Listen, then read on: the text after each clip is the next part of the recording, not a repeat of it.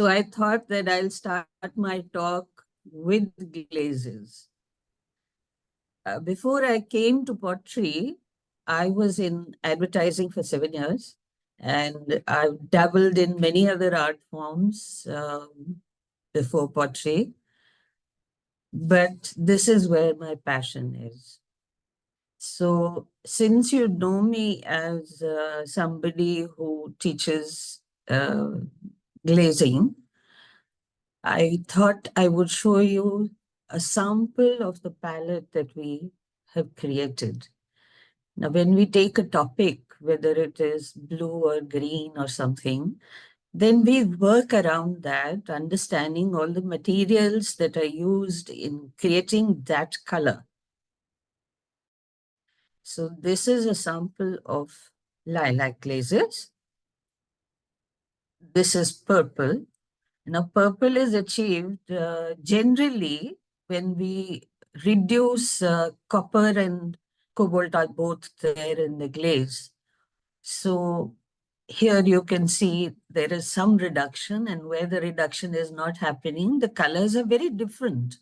And not really purple, but when you work around a topic, you create some other interesting glazes. This is our browns.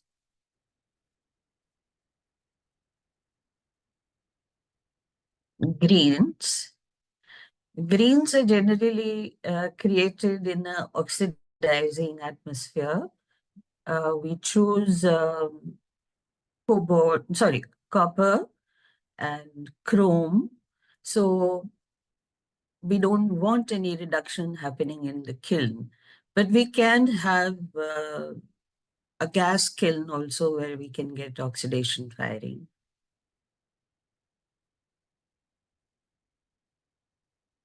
White and off-white. I have actually, in the last 30 years that I've been teaching, maybe created something like 7,000 glazes with the students.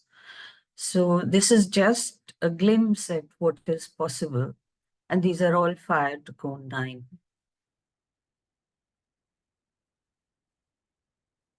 Copper red glazes. We normally associate barium with blue mats, but many other colors are possible, including a yellow barium, which is not here in this photograph, but that is possible. These are some ash glazes. Something which is I love is miniature pots. And this is where I also test my new glazes. So as you can see, I have a huge collection. This is only 1/3 of it. And I'm participating in a Delhi Blue Pottery Festival in March at Triveni in Delhi, where I'll be keeping only miniatures. Now, you know me as somebody who does glazes, but I have been also developing clay bodies. I'm very fond of different textures. So I'm now going to show you slides of the clay bodies that I have developed. This is a terracotta that I've developed in my studio.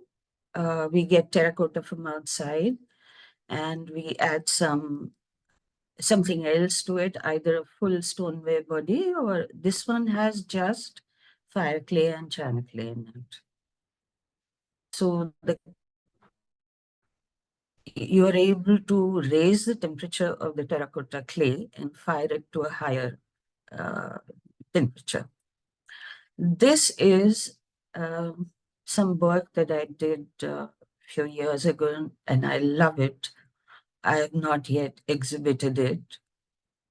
This is overfired terracotta pedestal, and on top is a porcelain bowl. So there are so many ways in which you can use your clay, not just in the conventional way. We can fire a kiln to 1100 degrees, 1080 or whatever, and we can have something specially for that temperature. In my studio, I generally have about 8, 10 clay bodies at any given time, and I have to keep everything separately. This is white stoneware with grog, one of my favorite forms, which is supposed to be a tree form, and the colors represent autumn.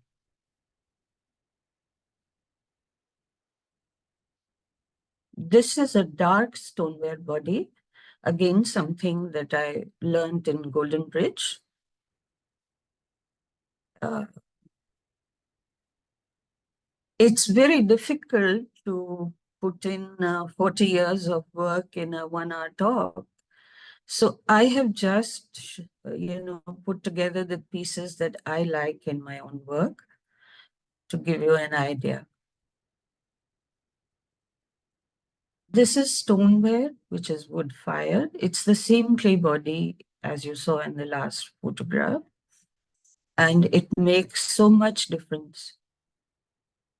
The terracotta gets burnt out, the iron in it, and you can see a gloss appearing on the clay body. There's no glaze there. This is dark stoneware with grog.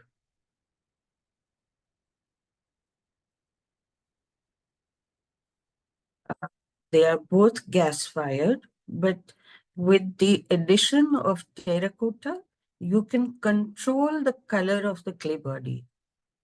This is a lighter version of the dark stoneware.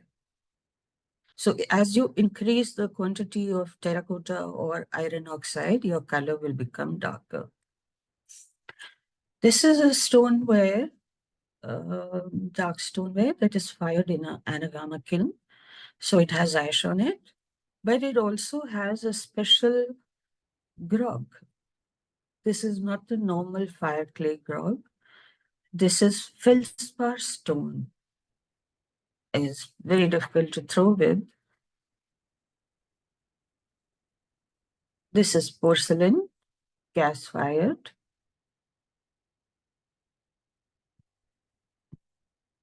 This is porcelain with porcelain grog, which I prepared in the studio myself. We just bisque fire some of the porcelain, small pellets of it, and we include that in the clay body.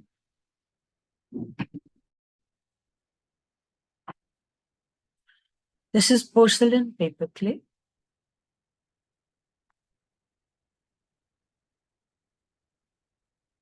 Porcelain marbled.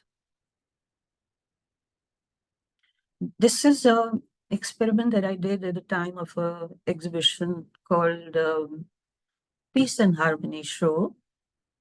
I wanted to depict that harmony comes only when we compromise.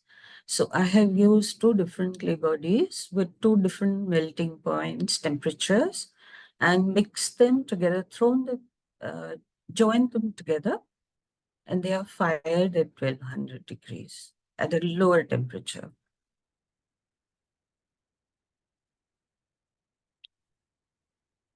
This is the same clay body as you saw earlier. I have now moved my studio where I was for 30 years in Noida, and I'm now in Delhi living in an apartment. So it's not possible to have a gas kiln anymore. I've switched to electric, and I have tried to recreate the same effect in a electric kiln, which I was getting in a gas kiln. The pillars are fired in anagama, and yet they match the top so much, which is fired in an electric kiln. This is another clay body that I have developed for the electric kiln, which is nearly black. It's a deep color, not fully black. So that is about my clay bodies and my glazes. My style is really of pouring on pottery. This developed very early in my career. I developed a skin issue right after I came back from Golden Bridge and I was working in Gary Studios. Uh, I had been in the field only for about 4 years then, and I started having some skin problem only on my hands, nowhere else. And tried all kinds of things, but it didn't help. I would always have issues with glazes. So I started pouring glazes. This is a plate which is from my student days, which Ray Meekar has poured on my platter. He showed me how pouring is done. I never knew that this will become my style in future. So this is what I started doing when I could not handle glazes, glazing all over and holding the pot, cleaning it. This is all poured glazes. I would mark out the circle, pour a glaze and wax the area around it, then apply some with a brush, pour the blue, pour the white, and wherever they mixed, it was just fine.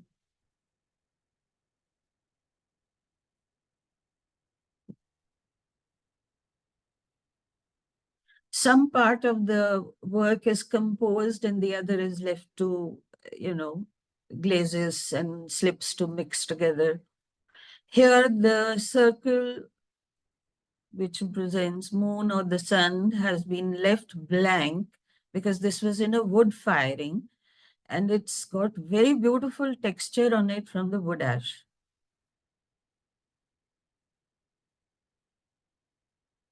The highlights are done later, but the pouring is spontaneous.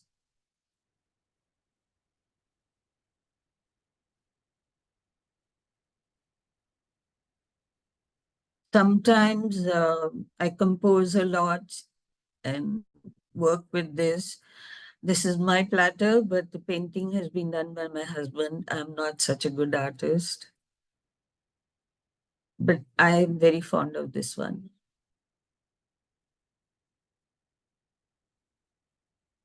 I learned from Deborah how to paint the bamboo a bit. I don't know how far I'm successful with it.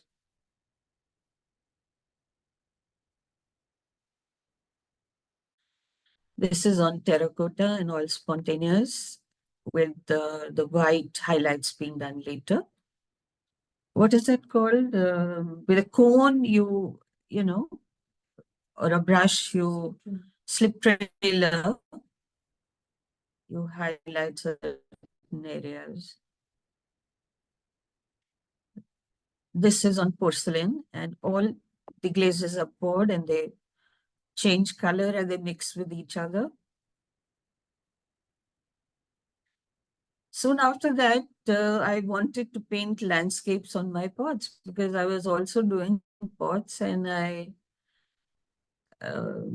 you can't really paint completely with poured glazes. But then I tried a different technique that I would pour a glaze and draw out certain waxed lines to separate the two glazes if I wanted to do that.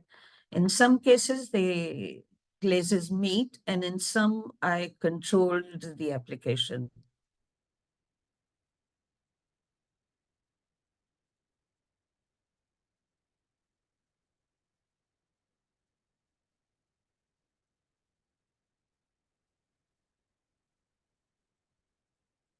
Then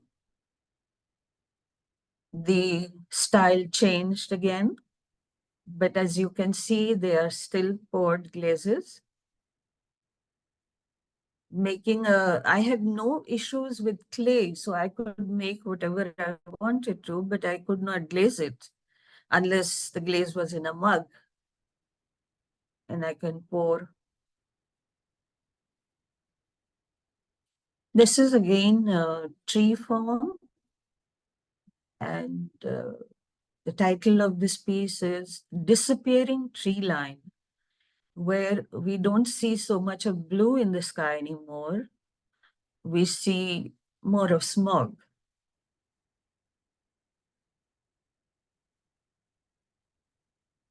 This piece is called Let's Meet because it is a form which is cut out and both the sides don't meet, where they face each other.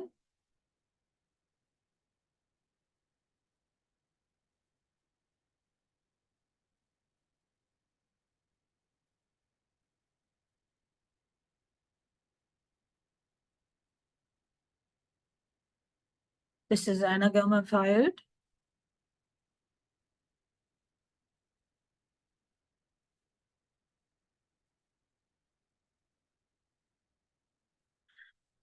My journey started with buying pottery and then went on to learning pottery. And Ray was the one who told me that there is a place called Delhi Blue and I could join that. So that's where I started. He said, first learn something. If you still like it, then come back to me.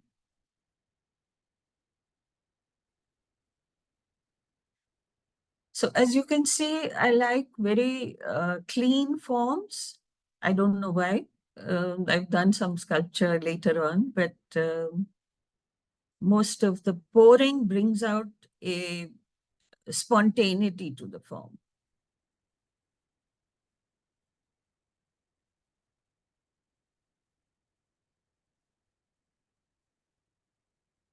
This is a dark body which is fired in a gas kiln. Sorry, wood kiln, which is why it is so dark.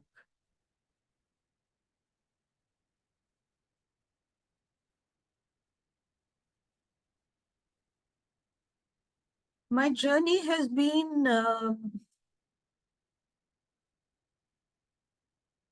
more about, I've not done too many solo shows, a few, but worked with a lot of group shows because I was busy running a production studio, teaching, doing my own work. So solo shows are a lot of work and they take 2-3 years to put together.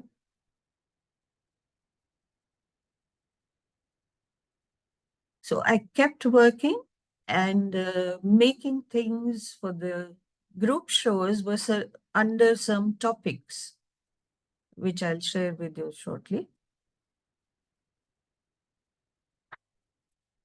I told you just now that I was doing running a production pottery for 25 years. So I had just one assistant. He and I were throwing. So there was no pot which he threw and I trimmed or something or the other. I was glazing, waxing. It was all a joint effort, but just the two of us did it for 25 years.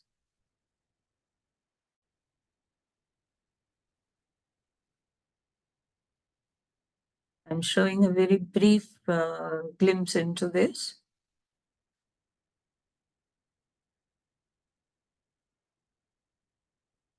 I'm very fond of the lota shape. So this was a regular thing that I was doing.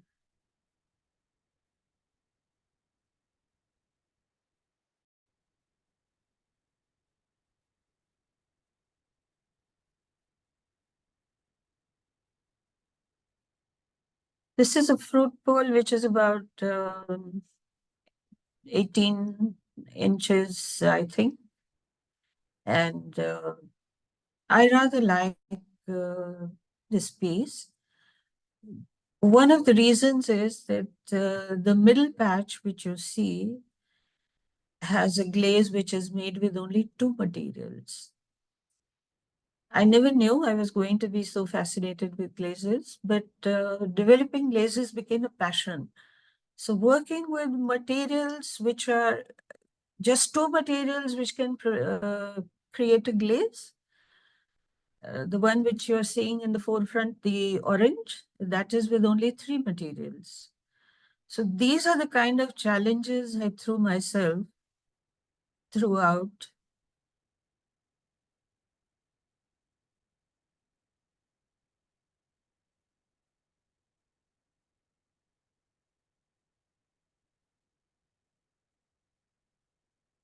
These are things that are repeated. I would design them and he would execute.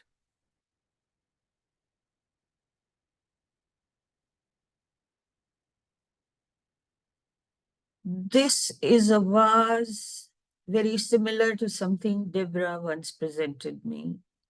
And I liked it so much. I asked her if I could make it. She said, sure, go ahead. Deborah had a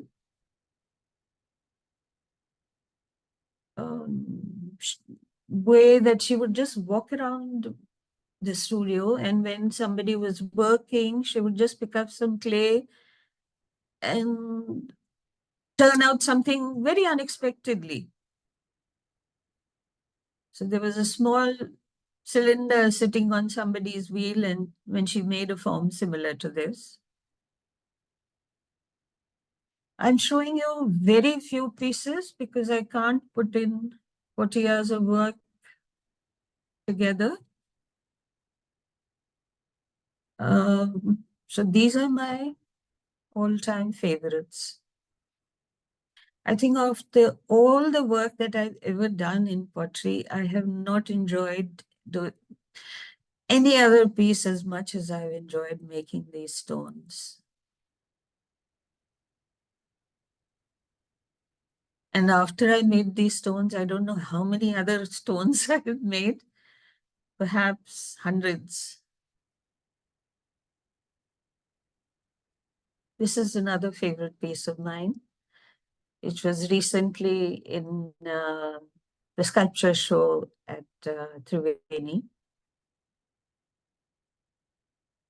This is a toran, which is supposed to represent the doorway to a village. In ancient times, we had these villages which would have a doorway, but there would be no wall connecting it or, enclosing the village.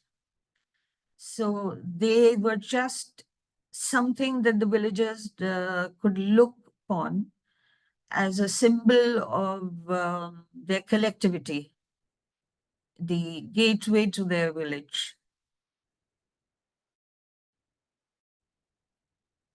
This is the one that is fired at the electric kiln.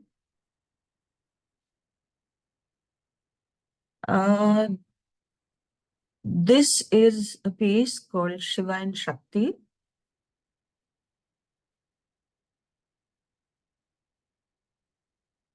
This is from a series called Chakras. The chakras are represented by, we have 7 chakras in our body, and every human being has 3 chakras which are open. This is what represents those 3 chakras: the triangle, the circle, and the square, which is at the base. This is a period when I was doing a lot of esoteric work. And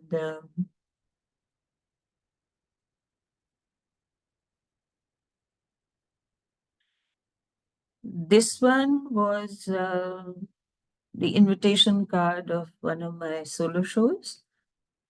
And this series is called the Bodhi series, where 2 Brahmins are talking to each other. I'm better than you. Brahman here means a learned person, and how we think of ourselves as know-it-all, this is just trying to show that in a sculptural form. This one, as you can see, is saying I'm unique.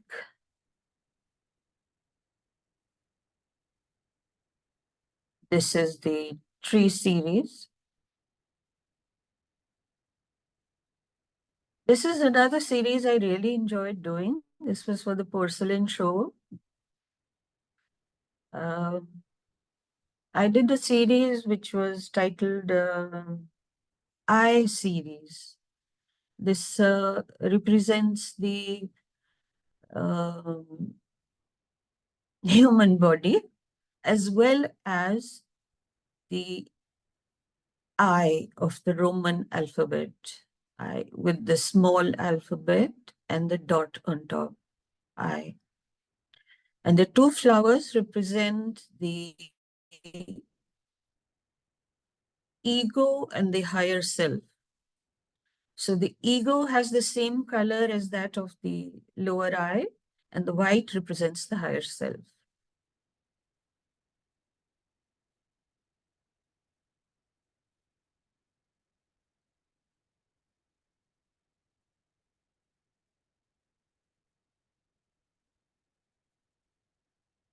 This was also part of the show, and this was called Golden Earth.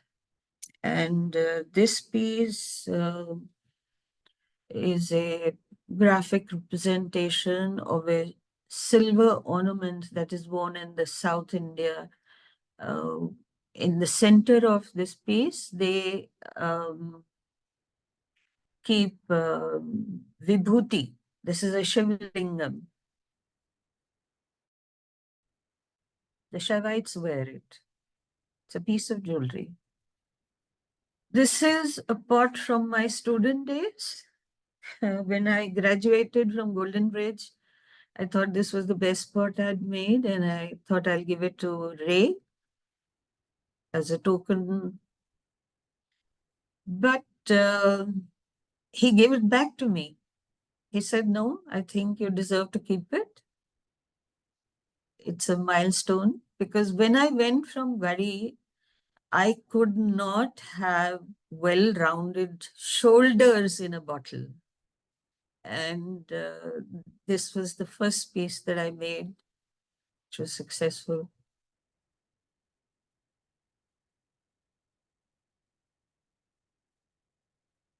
These are cups, white stoneware in salt kiln. This is the same Peace and Harmony show in which I had prepared two clay bodies and joined them together. Pieces from that.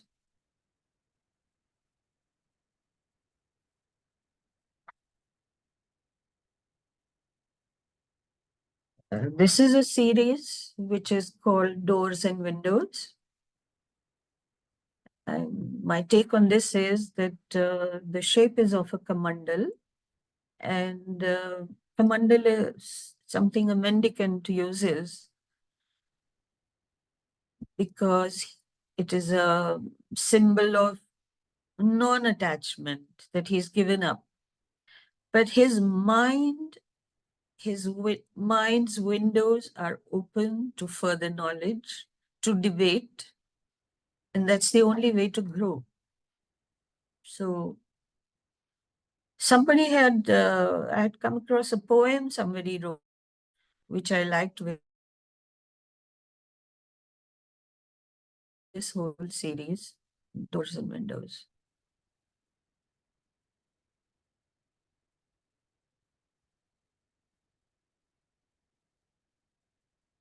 As you can see, I cannot handle glaze on a full pot. So I have to mark out, draw a design, and then wax out certain areas because I can't really pour on the whole thing completely. And I use as much of slip and poured glaze as possible.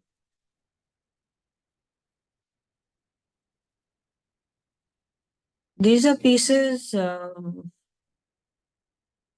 very close to my heart. I had worked for the Marty show, and just a week before that, I had my firing, and everything turned out horrible. The kiln overfired. So I had to do this thing in, prepare 10 pieces in a week's time. And I did. Sometimes when you're challenged, it's an opportunity to find out what you can do.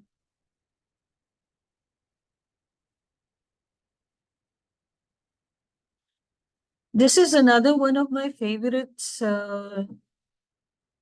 I made rocks even when I was a student, and even in my early years at Gadi. Years ago, I started doing rocks again, and this time the thought was of making excavation series. That if we excavate certain areas, we will find pottery, which helps us determine the period of when this was from, and tell us more about the civilization, when these people were using it, how developed they were, what were the shapes. And this is the future. I have not uh, shown this work anywhere as yet. This is part of my next exhibition that I plan. I'm showing you a peek into that. So, thank you.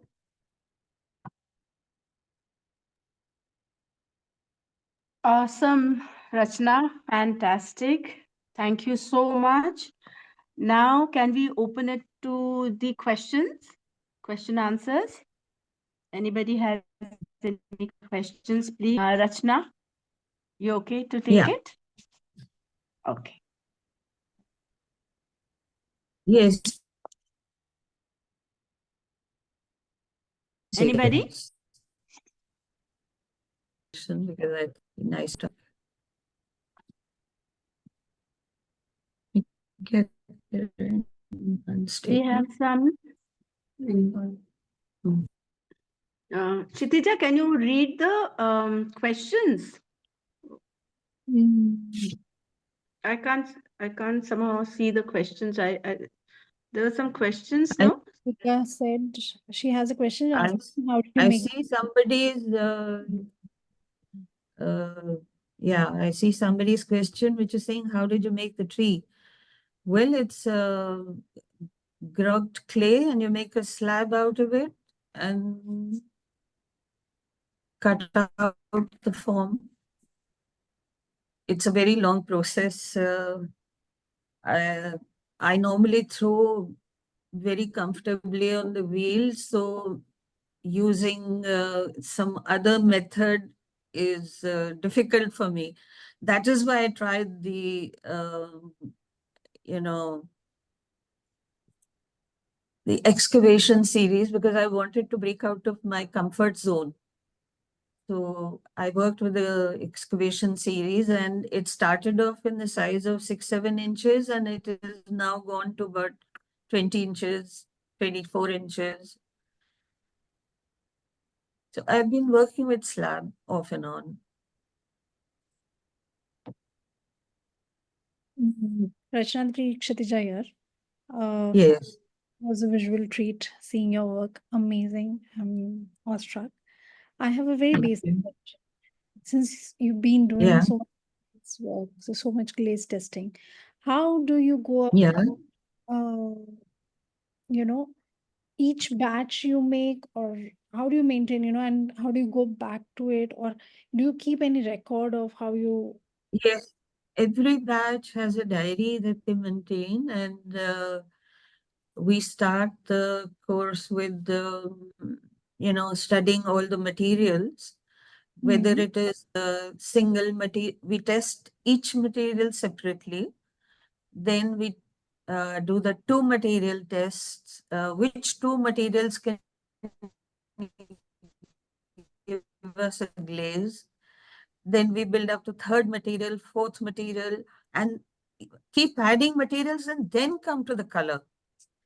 So it's a very systematic method in which we go, and every detail is written down, where the material is from, when was it purchased, and all those details. And along with that, we keep a test of that.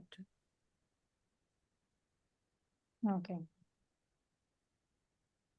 So every batch of students has their own diary which they maintain, and they do about 100 tests in every batch. It's a 4-month course now.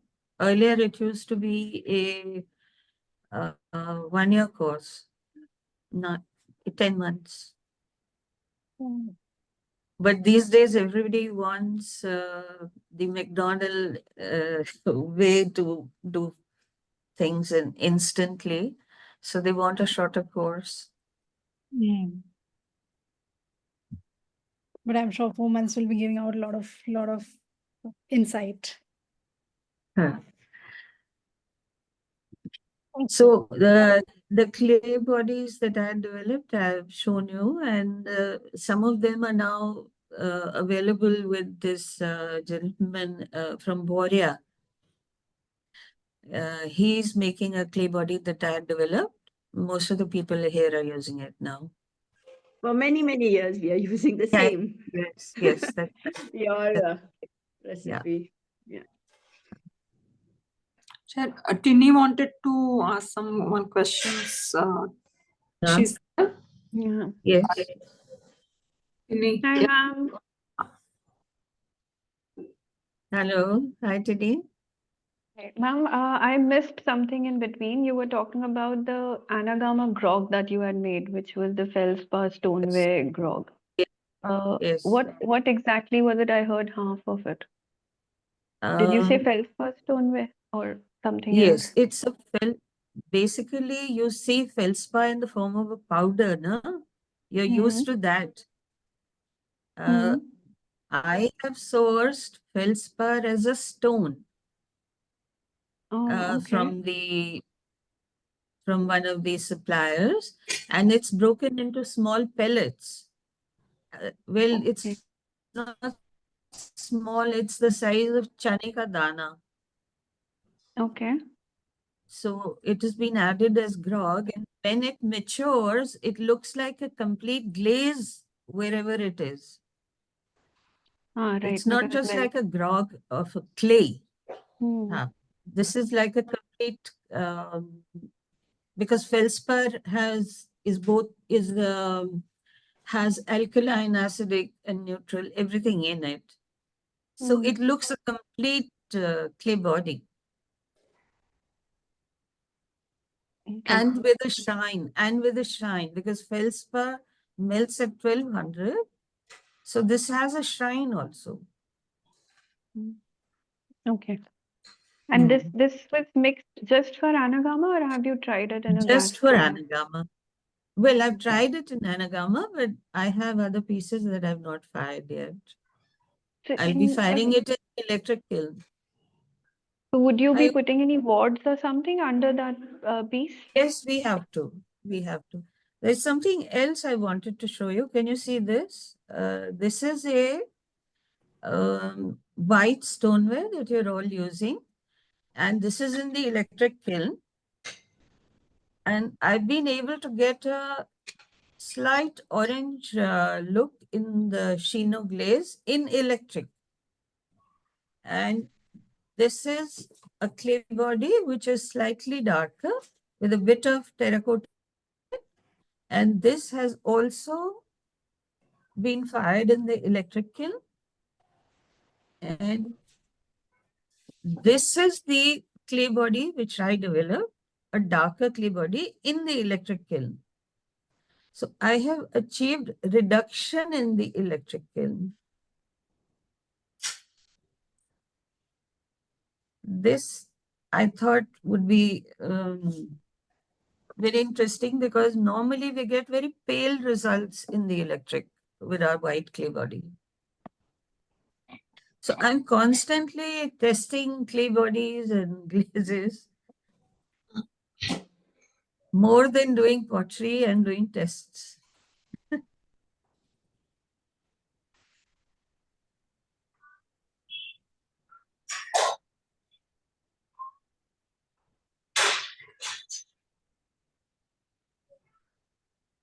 Any questions? So thank you very much for this session today.